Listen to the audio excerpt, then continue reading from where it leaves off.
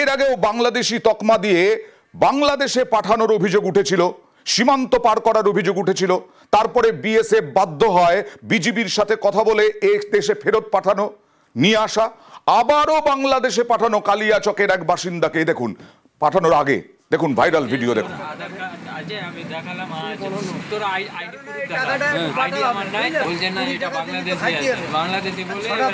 ওখানে 2-3 দিন রাখলো থানাতে, রেখে এবার আমাকে জেলে পাঠিয়ে দিল। জেলে আমাকে 2 মাস রেখেছিল। 2 মাস রেখে পর আমাকে বিএসএফের হাতে দিয়েছে। বিএসএফ রাত্রে আমাকে পার করে দিয়েছে। আমার বাড়ি জালালপুর, ডিস্ট্রিক্ট হচ্ছে মালদা, কালিয়াচক হচ্ছে থানা। এখন আমি বাংলাদেশে আছি। তোমার বাংলাদেশে কেউ কোথায় বাড়ি সবকিছু বলে দিচ্ছেন, তারপরেও আটক করে তাকে পাঠানো হয়ে গেছে বাংলাদেশে।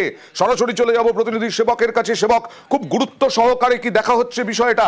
এর আগে যখনই হয়েছে এরকম বাংলাদেশে পাঠানো, বিএসএফ কে বাধ্য করা হয়েছে, বিএসএফ তারপরে সেই ব্যক্তিকে নিয়ে এসেছে এই রাজ্যে।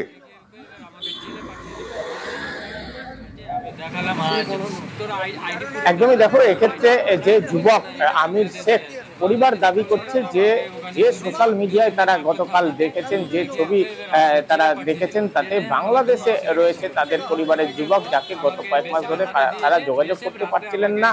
তারা ভাবছিলেন কোনোভাবে নিখোঁজ হয়ে গিয়েছে, কিন্তু এই সোশ্যাল মিডিয়াতে তারা প্রথম জানতে পেরেছেন ভাইরাল হওয়া এই ছবিতে যে তাদের পরিবারের ছেলে বাংলাদেশে রয়েছে এবং সে গুজরাটে কাজ করতে, রাজস্থানে কাজ করতে গিয়েছিল। সেখান থেকে পুলিশ ধরে, তারপর তাকে বাংলাদেশে 2 মাস ডিটেনশন ক্যাম্পে রাখা হয়েছিল, এরপর বাংলাদেশে পাঠিয়ে দেওয়া হয়েছে। এমনটাই পরিবারের দাবি। প্রতিবেশীরা সরব হয়েছেন, তারা চাইছেন এই যুবককে ফিরিয়ে আনা হোক, যে কিনা শ্রমিকের প্রশাসনিক স্তরে কি পদক্ষেপ গিয়ে কথা বলেছেন। প্রশাসন জানিয়েছে যে এই ভাইরাল যে ভিডিও তা খতিয়ে দেখা হচ্ছে, পাশাপাশি এই যুবকের বর্তমান অবস্থান কোথায় তা খতিয়ে দেখে প্রয়োজনীয় পদক্ষেপ নেওয়া হবে। ইতিমধ্যে পরিযায়ী শ্রমিক কল্যাণ পর্ষদ রাজ্যের যেটা রয়েছে, তার যিনি দায়িত্বে রয়েছেন, তার সঙ্গে যোগাযোগ করা হয়েছে, যাতে এই যুবকের খোঁজ কোথায় রয়েছে এবং তাকে ফেরানোর কি ব্যবস্থা করা যায় পদক্ষেপ নেওয়া হবে, এমনটাই প্রশাসনিক স্তরে জানানো হচ্ছে। অবশ্যই খুব দ্রুত পদক্ষেপ করা হবে আমরা আশা করি, কারণ 2 মাস ডিটেনশন ক্যাম্পে তারপরে বাংলাদেশে পাঠানো হয়েছে। পরিবারের কি অবস্থা? 3-4 মাস আগে রাজস্থান গিয়েছিল শ্রমিকের কাজে, তাকে বাংলাদেশি বলে ওখানকার পুলিশরা অ্যারেস্ট করে ডিটেনশন ক্যাম্পে পাঠিয়ে দিয়েছিল। এখন আমরা দেখতে পাচ্ছি যে আমার ভাতিজা এমন ভিডিওতে বলছে যে আমাকে এরকম ব্যাপার, আমাকে বর্ডার ক্রস করে বিএসএফের মাধ্যমে আমাকে বাংলাদেশ পাঠিয়ে দিয়েছে। তো ওই জন্য আমরা মাননীয় মুখ্যমন্ত্রীর কাছে আবেদন করি, তিনি যেন ব্যবস্থা নেন আর আমার ভাতিজাকে যেন বাড়িতে ফিরিয়ে দেন। এই ভদ্রলোক রাজস্থানে পরিযায়ী শ্রমিক, রাজস্থান আটকে রেখেছিল, ডিটেনশন ক্যাম্পে রেখেছিল 2 মাস। আর হরিয়ানায় শতাধিক পরিযায়ী শ্রমিক আটকে বাংলা বলার অপরাধে, এরকমটাই অভিযোগ উঠছে। শতাধিক গোয়ালপুকুরের বাসিন্দা এরা। গোয়ালপুকুরের পরিযায়ীদের আটকে রাখার অভিযোগ, এমনকি আধার ভোটার কার্ড দেখালেও না ছাড়ার অভিযোগ। শ্রমিকরা আটকে থাকায় খুব স্বাভাবিক উৎকণ্ঠায় পরিবার। সরাসরি চলে যাব প্রতিনিধি চঞ্চলের কাছে। চঞ্চল, 100রও বেশি, তাদেরকে কোথায় রাখা হয়েছে? তাদের বাড়ি কোথায়? এখানে বিভিন্ন জায়গায় গোয়ালপুকুরের কতদিন ধরে আটকে আছেন? দেখো আয়ন্দা, যা অভিযোগ উঠে আসছে যে 21শে জুলাই মঞ্চ থেকে যে মুখ্যমন্ত্রী যে বাংলা ভাষা যে শ্রমিকরা যারা বিভিন্ন রাজ্যে কাজ করছে তাদের যে উপরে যে অত্যাচার হেনস্থার শিকার হচ্ছে, তারপরে করা বার্তা দেওয়ার পরে কিন্তু দেখা গেছে যে গোয়ালপুকুরের যে শতাধিক শ্রমিক তারা কিন্তু হরিয়ানাতে কাজ করতে গেছিল।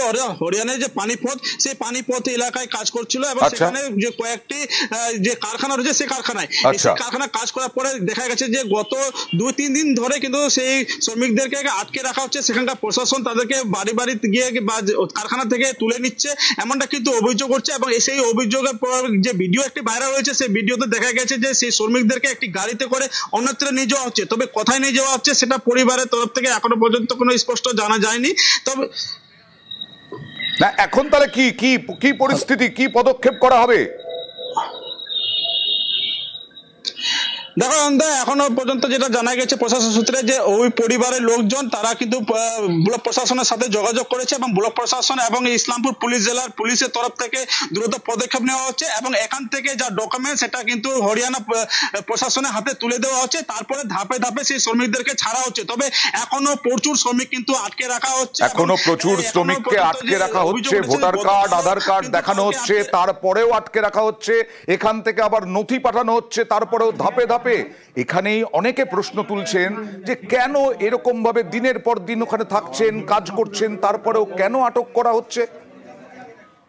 আমাদের তরফ থেকে control room number block Goalpur 1 development আমাদের একটা হেল্পলাইন আমরা স্টার্ট করেছি আমাদের ব্লক থেকে।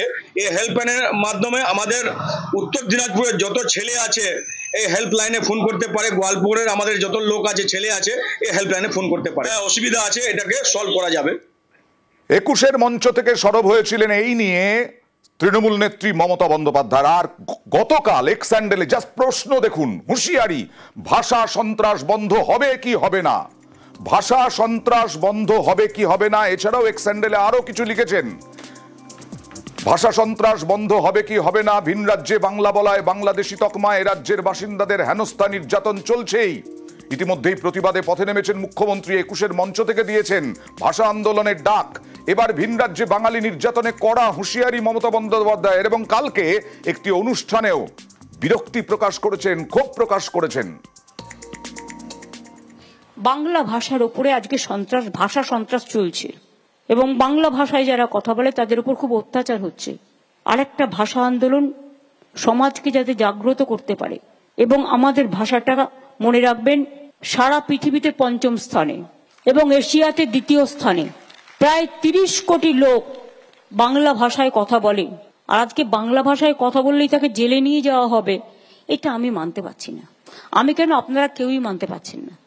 সুতরাং এটা নিয়ে আমাদের প্রোগ্রাম করা উচিত সর্বস্তরে। এটা আমার একার নয়, এটা সবার।